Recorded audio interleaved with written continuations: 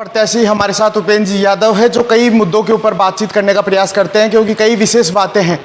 उपेंद्र जी, एक तो नगर पालिका में जो पट्टे के लिए जो पहले से फाइलें लगी हुई है वो अभी तक उनको पट्टे नहीं दिए गए हैं, क्या वजह है, क्या कारण है उसमें? देखो, कई पट्टे दिए गए हैं। यशस्वी मुख्यमंत्री जी की इच्छा है कि गरीब को सही समय पे पट्टे मिले। हालांकि कई कारण हैं। पहले का नकारा सिस्टम था, नकारा सिस्टम को सुधारने की कोशिश कर रहा हूँ और आने वाले समय में देखना कि आम जन को सही समय पे पट्टे मिलेंगे। कई समस्या है, कई खामियां, कई शिकायतें मेरे पास आई है। इस संबंध में मैं उच्च स्तर पर बात करूंगा। गरीब को समय पे पट्टे मिले, ये माननीय मुख्यमंत्री जी की इच्छा है और उनके दिशा निर्देश के अनुसार आगामी सबको पट्टे मिलेंगे और सबका भला होगा। सापरा जो पुलिया है उसमें क्या राजनीतिक चलती रहेगी? क्योंकि कई आए कई गए पर उसमें अभी तक कोई सुधार नहीं है। कल परसों एक एम्बुलेंस ही फंसी हुई थी, रात को बहुत ज़्यादा भीड़ रहती है, आए दिन हादसे होते रहते हैं। देखो, आपको मैं बता दूं, राजनीति तो हो रही, तभी सापरा के आम जन, व्यापारी और वहाँ के रहने वाले सब लोग दुखी है। 15 साल से, क्या 15 साल में और नेता नहीं थे? जब मैं आया सबसे पहले पुलिया के नीचे गया, सबसे पहले सापरा के अस्पताल में गया, जिसके हालात अब हॉस्पिटल देखिए सुधार हुआ है। आईसीयू शुरू हुआ है, नर्सिंग ऑफिसर 15 से ज़्यादा लगे हैं, डॉक्टर लगे, शौचालय का निर्माण हो चुका है। जब शौचालय आज तक था ही नहीं, आमजन, दुकानदार सब दुखी थे। पुलिया का काम 65% हो चुका। महीने में 2 बार मॉनिटरिंग कर रहा हूँ मैं। 2 दिन पहले जब मैंने देखा जाम लग गया, जनता दुखी है, मेरे दिल रोता है, मेरी आत्मा रोती है। क्या सापरा का आमजन दुखी है, व्यापारी दुखी है? क्या हालात बना दिए, लोग निकल नहीं पाते, छात्र छात्रा ये सब दुखी है। मैं आरओ के ऑफिस में जाके बैठ गया। मैंने आरओ साहब, ये क्या स्थिति है? वहाँ चर्चा हुई और उन्होंने कहा कि जो खड्डे गिर गए उनकी मरम्मत करवा रहे, कुछ मरम्मत हो चुकी है, कुछ अब और होगी। क्योंकि तत्काल उन्होंने कहा कि मुझे 2 दिन का समय दीजिए कि मैं मरम्मत करवा देता हूँ। कुछ मरम्मत हुई है, कुछ बाकी है, उसके लिए भी हमने थोड़ी देर पहले फ़ोन लगाया था। मैं जब तक अधिकारियों को पीछा नहीं छोड़ूंगा, जब तक सर्विस लेन की मरम्मत का कार्य पूरा नहीं जाए, पुलिया नहीं बन जाए। और मैं आपको बता दूं, उन्होंने कहा कि इसी साल इस पुलिया का काम पूरा करवा देंगे। क्योंकि जब उनके साथ बैठा, मैं लगातार उनके संपर्क में, उनका एक बात तो मुझे सही लगी। उनका कहना ये था कि बरसात की वजह से देरी हुई। एक कारण ये था कि हम इस जो ठेकेदार है उसका टेंडर कैंसिल करके दोबारा रिटेंडर करते हैं तो कम से कम 5-6 महीने लगते हैं, 5 से 6 महीने लगते हैं। एनएचएआई केंद्र से लेकर कहाँ तक कब इसी की टेंडर प्रक्रिया होती है। तो ऐसे में 2-3 महीने में तो इसका ही काम हो जाएगा। तो हम उसको कैंसिल करके उसको सबक सिखाएं कि लापरवाही की आपने की है, उसको कैंसिल कर देते हैं। लेकिन वो भारी पड़ जाएगा क्योंकि 6 महीने तो टेंडर में लग जाएंगे, तो इतने दिन तो इसको पुलिया पूरी चालू होने में नहीं लगेंगे। इसीलिए मैं मेरी तरफ से पहला जनप्रतिनिधि दूंगा जो पुलिया के नीचे भी जाता हूँ और अधिकारियों के पीछे पड़ा हूँ। दिल्ली के नितिन गडकरी जी से, केंद्रीय परिवहन मंत्री से भी मैं मिल के आया हूँ और मैं वचन देता हूँ और संकल्पबद्ध हूँ, जब तक ये पुलिया पूरी बनकर जनता को समर्पित नहीं हो जाती है तब तक मैं उनके लिए यूं ही भागता रहूँगा, यूं अधिकारियों के पीछे पड़ा रहूँगा। आप इतनी मॉनिटरिंग करते हो और रात को भी आप खड़े रहते हो, जाम लग जाता है तो वहाँ जाके खड़े हो जाओ कि क्या रहे तो क्या करें, फिर ये मामला कहाँ कर अटक जाता है? देखो, मैंने ये बताया, अभी पिछले 15 साल से लंबित था। पिछले साल भर से आपने मुझे देखा होगा मैं बहुत पीछे पड़ा हूँ। उसके बाद आपने परिणाम भी देखा होगा, काम भी हुआ है और काम अभी भी चल रहा है। धरातल तो दिख ही रहा है ना। अभी बीच में बरसात आने की वजह से काम धीरा हो गया। 2-3 महीने बरसात, आपको पता है, 2-3 महीनों का मैं बड़ा नुकसान हुआ है। लेकिन मैं इतना है कि मैं पूरी कोशिश कर रहा हूँ इसी साल, यानी कि महीने भर का समय ये दिया है अब दोबारा से, कि जो जयपुर से दिल्ली की तरफ जाने वाला पहले फ्लाईओवर ये तैयार होकर समर्पित हो जाएगा। उसके बाद वो होगा, आप खुद भी देखना 60 से 65% ये काम हो चुका है और आने वाले समय में ये जो बचा कार्य भी हो जाएगा। क्योंकि मैं खुद पीछे पड़ा हुआ हूँ, क्योंकि मेरी खुद की आत्मा रोती है, मेरा दिल रोता है जब मेरे आमजन लोग फंस जाते हैं, जब एम्बुलेंस फंस जाती है तब मुझे बड़ा दुख होता है। इसलिए मैं खुद इस पर लगातार मॉनिटरिंग कर रहा हूँ और जब तक कार्य नहीं होगा तो मैं पीछा छोड़ने वाला नहीं हूँ, क्योंकि जनता का दुख मुझे देखा नहीं जा सकता। क्योंकि 15 साल लोगों ने तो राजनीति कर ली, 15 साल लोगों ने तो दुख देख लिए, 15 साल किसी को पुलिया याद नहीं है, ना हॉस्पिटल याद है, ना आमजन का दर्द याद है। लेकिन मैं किसान का, गरीब का, आमजन का, सबका दर्द समझता हूँ और मैं किसान का बैठा हूँ। इसलिए लगातार मॉनिटरिंग कर रहा हूँ और जब तक ये पुलिया का काम पूरा होकर दोनों फ्लाईओवर चालू नहीं हो जाते, मैं संकल्पबद्ध हूँ, मैं लगातार यूँ ही भाग दौड़ करता रहूँगा। उपेंद्र जी, ग्रामीण की एक बहुत ही बड़ी समस्या है कि चोरी को लेकर, क्योंकि दिनों दिन चोरियां बढ़ती जा रही है, उनके ऊपर कोई शिकंजा नहीं कसा जाता। जहां चोरी होती है वहां पहुंच भी जाते हो, पर अभी तक क्या होगा? देखो, जहाँ चोरी हो रही है या कोई भी घटना हो रही है, मैं मौके पे पहुँच रहा हूँ।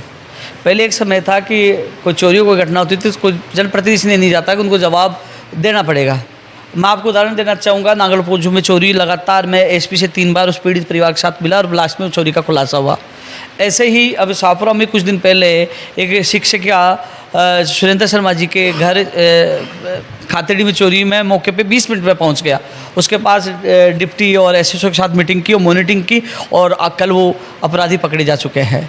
और इसके अलावा जहाँ मान लीजिए कोई जैसे खेजोली में एक बच्चा खो गया था और यहाँ छापड़ा का बच्चा खो गया था, तो जहाँ मामले आते हैं मैं खुद मॉनिटरिंग करता हूँ, खुद बात करता हूँ, जहाँ मेरे से जितनी मदद होती है मैं मदद करता हूँ, क्योंकि मैं अपनी पीड़ा समझ के मदद करता हूँ। क्योंकि आमजन जिनके चोरी होती है, जिनके बच्चा खो जाता है या कई घटनाएं हो जाती हैं, उनका दर्द मैं जानता हूँ, इसलिए जितनी मदद होती है मैं मदद करता हूँ और पूरी मॉनिटरिंग करता हूँ। और रही बात, आपने देखा होगा कि जो पिछले 5 साल में जिस प्रकार नशे का व्यापार बढ़ा, जिस प्रकार घटनाएं बढ़ी, उनमें बहुत आपने देखो कि कमी आई है। और लगातार मैं मॉनिटरिंग कर रहा हूँ, अधिकारियों को लगातार मैं कह रहा हूँ, आप कई बार तस्वीर भी देखते हो कि मैं अधिकारियों से, SP, additional SP, deputy, SHO से लगातार मिलकर यही कहता हूँ कि आप मॉनिटरिंग करो, नशे के खिलाफ अभियान चलाओ। और आप देखते हो कई बार नशे के खिलाफ अभियान चलाकर उनको पकड़ा भी जाता है। तो मैं खुद युवा हूँ और मैं जानता हूँ युवा नशे की बेट न छट जाए। बार बार अभियान चलाने के बाद भी नशा तो बढ़ता ही जा रहा है। देखो, मैं ये कह रहा हूँ पिछले 5 साल में जो हालात बने हैं, क्योंकि एक जनप्रतिनिधि या नेता की बड़ी भूमिका होती है, क्योंकि राजनीति का भी दुरुपयोग किया गया है। जैसे मैंने आज मेरे निःशुल्क कोचिंग खोल रखी है, बच्चों को मैंने कलम दिया। कई लोग दारू की बोतल देने का काम करता है, मैं कलम देने का काम करता हूँ। यदि सभी जनप्रतिनिधि ये सोच दे कि युवाओं को सही दिशा में लेके जाना है और कलम देने का काम करे, तो कहीं ना कहीं बदलाव आ सकता है, जन चेतना ला सकते हैं। लेकिन आपके माध्यम से एक चीज़ और कहना चाहूँगा, साइबर क्राइम एक बड़ी तादाद संख्या में मेरी मनोहरपुर की थाने क्षेत्र में जो थानेदार के पास में बैठा था कि 90 ऐसे मामले उन्होंने बताया कि सामने है कि आपका अकाउंट मांग लिया कि साहब आपका अकाउंट देना, मैं आपका 1000 रुपये 2000 दे दूंगा, और उस पर दूसरे के पैसे आ गए, वो फंस गया। तो मैं आपके माध्यम से भी सभी युवाओं से मैं निवेदन करना चाहूँगा, अपना अकाउंट नंबर किसी को ना दे, अपनी सिम जो अकाउंट से जुड़ी है वो ना दे, क्योंकि बड़ा साइबर फ्रॉड चल रहा है, कई लोग इसमें फंस चुके हैं, किसी की लालच में नहीं है, चाहे रिश्तेदार कोई भी हो, अपना अकाउंट ना दे। इसके अलावा जैसे कि PDF आपके मोबाइल पर आ रही है कि आपको विवाह का निमंत्रण, और उस PDF को खोलते आपका डेटा पूरा लीक हो जाता है, तो वो अननोन जो PDF आती है वो भी ना खोले। तो कई बार ऐसे भी में सामने आए हैं कि आपको लोन दिया जा रहा है 10,000 रुपये का, आपको लोन ले लिया, 10,000 आपने चुका भी दिया, लेकिन आपकी माता पिता की फ़ोटो लेकर वो असली फ़ोटो बेचकर AI से बनाकर ब्लैकमेल करते हैं। ऐसे भी मामले मेरे सामने हैं। तो वो फर्जी जो ऐप है उनसे लोन भी ना ले। ये 3 महत्वपूर्ण मैं सभी से अपील करना चाहूँगा आपके चैनल के माध्यम से। और उपेंद्र जी, एक आपकी फेसबुक आईडी को लेकर चर्चा कर रहा हूँ कि फेसबुक आईडी आपकी कौन सी है, क्योंकि कई फेक आईडी भी है।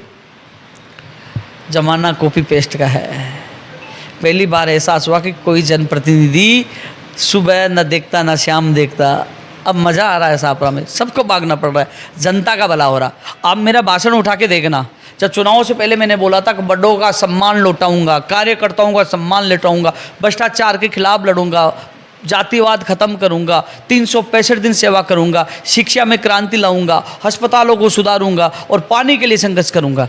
शिक्षा की क्रांति ला दी, हॉस्पिटल में सुधार कर दिए, पानी के लिए 51 शहरों में सापरा को शामिल करवा दिया, अलग अलग जगह और भी बजट पानी के लिए लेकर आ रहा हूँ।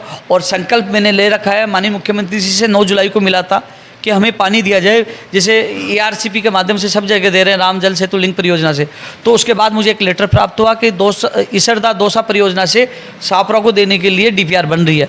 तो जिसके लिए मैं मुख्यमंत्री जी पे आस्था और मैंने संकल्प ले रखा है कि जब तक घोषणा नहीं होगी तो दाढ़ी कटिंग नहीं कटाऊंगा। तो वो संकल्प भी सापरा की जनता के आशीर्वाद से, माननीय मुख्यमंत्री के आशीर्वाद से पूरा होगा। पानी की बात होगी, आपने देखा होगा कि मैं 365 दिन रहूँगा, मैं सबके बीच में हूँ। एक चीज़ और कहा था कि मैं सीधा सबसे मिलूँगा, मेरे से छोटा बच्चा हो चाहे कितना सीनियर व्यक्ति, सबसे सीधा मिलता हूँ, किसी को लाने की आवश्यकता नहीं। वो जो बीच में दलाली प्रथा मैंने ख़त्म कर दी है, सीधा मिलता हूँ, सीधा सुनता हूँ, रात को 2 बजे भी मिलता हूँ। मैंने कहा था बड़ों का सम्मान पूछाऊँगा, आज धीरे धीरे जो पुराने BJP कार्यकर्ता वो भी जुड़ रहे हैं, और जो बड़े व्यक्ति है, जो मेरे पिता तुल्य व्यक्ति है, आज कोई भी व्यक्ति नहीं कह सकता। जब मुझे कोई पिता तुल्य व्यक्ति या मेरे सामने आता है तो मुझे खुशी होती है कि कोई पिता तुल्य मेरे सामने आए, तो मैं उनका पूरा सम्मान करता हूँ। तो राजनीति में वो सम्मान पूछाने का काम किया। इसके अलावा जितना मैं भागूंगा, प्रतिदिन 2 बंदियों को भागना पड़ेगा तो आम आदमी की सम्मान बढ़ेगा। मान लीजिए किसी के आग लग गई, किसी की भैंस मर गई, कोई घटना होगी, चोरी होगी, मैं पहुंच गया तो दूसरा भी जाएगा, तो मैं जा रहा हूं तो दूसरा भी जा रहा है, तो कम से कम उस व्यक्ति को कम से कम राहत तो मिल रही है। यानी कि कुल मिलाकर सबको भागना, मेहनत करना, कर्म करना मैं सिखा रहा हूँ। राजनीति का परिदृश्य बदल रहा हूँ। जो मैंने चुनाव में कहा था कि राजनीति का परिदृश्य बदल जाएगा, और बदल रहा है। आपने और देखा होगा कि शिक्षा के क्षेत्र में पहली बार कल 2 करोड़ और 80 लाख रुपए 140 स्कूलों के कमरों के मरम्मत के लिए कल ही आदेश जारी करवाए। झालावाड़ की जो घटना हुई, कई नेता लोग बाद में एक्टिव हुए थे। अब तो उससे पहले पिछले साल के देखना, मैं खुद निरीक्षण करके आया था स्कूलों का, और मैंने सूची बनाकर भेजी थी उस समय भी और अभी भेजी थी। और उसके परिणाम स्वरूप क्या हुआ, हमारे 140 स्कूलों के लिए 2 करोड़ और 80 लाख रुपए की राशि की स्वीकृति कल मिली है। नहीं, जैसे जनता को आपने वादा किया था, उन वादों के ऊपर आप खरे उतर रहे हो? ये तो जनता ही इसका निर्णय करेगी। मैं जो शिक्षा के क्षेत्र की बात कर रहा था कि 2 करोड़ 80 लाख रुपए लेके आए, 7 ऐसी स्कूल हैं जिसमें 67 पौंड यानी कि 67 लाख और 50,000 रुपये तो प्रयोगशाला साई के लिए लेके आए, जो गरीब का बेटा भी उस लैब में जाकर पढ़ाई कर सके। पहली बार शिक्षा के क्षेत्र में हो रहा है, हॉस्पिटल में सुधार हो रहा है। तो जितना बेहतर मुझे हो रहा है मैं कर रहा हूँ वो आप सबके सामने।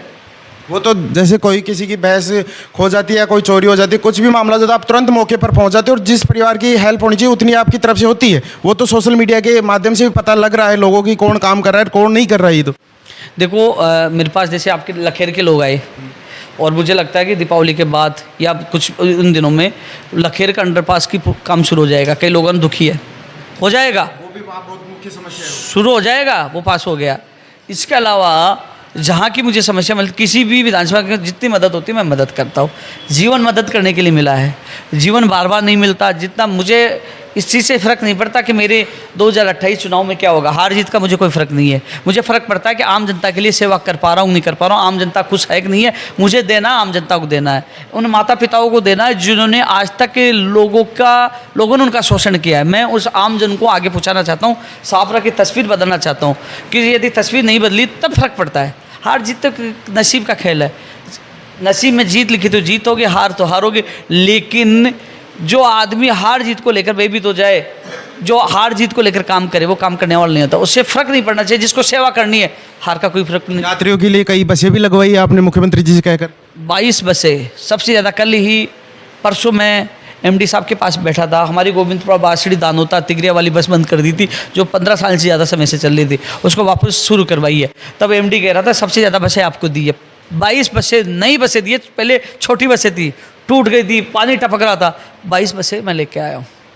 ऐसे कई जो मैंने कहा कि जैसे स्कूलों के लिए बजट धीरे धीरे, एक आपने देखा होगा कि हारने के बाद व्यक्ति 4 साल तक दिखाई नहीं देता। यहाँ तो मेरा परिणाम जारी हुआ, उससे पहले मैं जनता के बीच में पहुँच गया था, यानी कि वोटिंग होते मुझे पता चल गया था क्या स्थिति है, कैसी हो। तो उसमें नहीं, ये नहीं सोचा, मुझे परिणाम का पता था।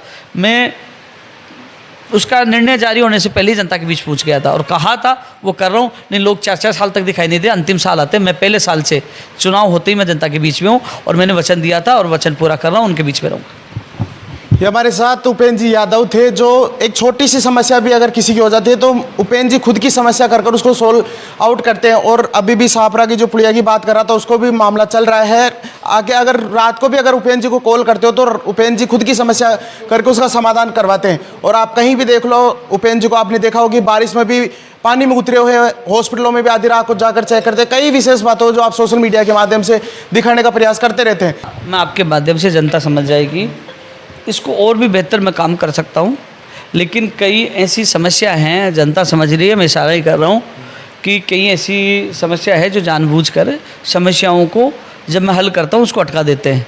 यदि जनता का साथ रहा, माननीय मुख्यमंत्री जी का आशीर्वाद है, पार्टी का पूरा आशीर्वाद है, धीरे धीरे उन तक भी बात पूछ रही है। यदि वो बीच में इन चीज़ों, क्योंकि कई बार क्या होता है कि कोई विभाग है लापरवाही कर रहा है और जाकर मैं उनकी लापरवाही पकड़ता हूँ और उनको न्याय दिलाने की बात करता हूँ, तो कई लोग उनको बचाने के लिए बहुत लोग पहुँच जाते हैं।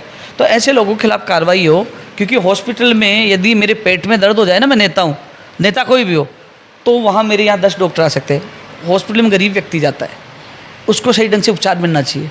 एक बार मैं गया, रात को देखा कि महिला लेटी हुई थी, क्या हुआ, वहाँ कोई था ही नहीं, दोषी है, रिपोर्ट जा चुकी है, लेकिन अटकी पड़ी है, उनके खिलाफ कोई कार्रवाई नहीं। क्यों उपेंद्र जी, राजनीति क्यों होती है? मैं माननीय मुख्यमंत्री जी से मिलूंगा इस संबंध में, अटकी पड़ी है।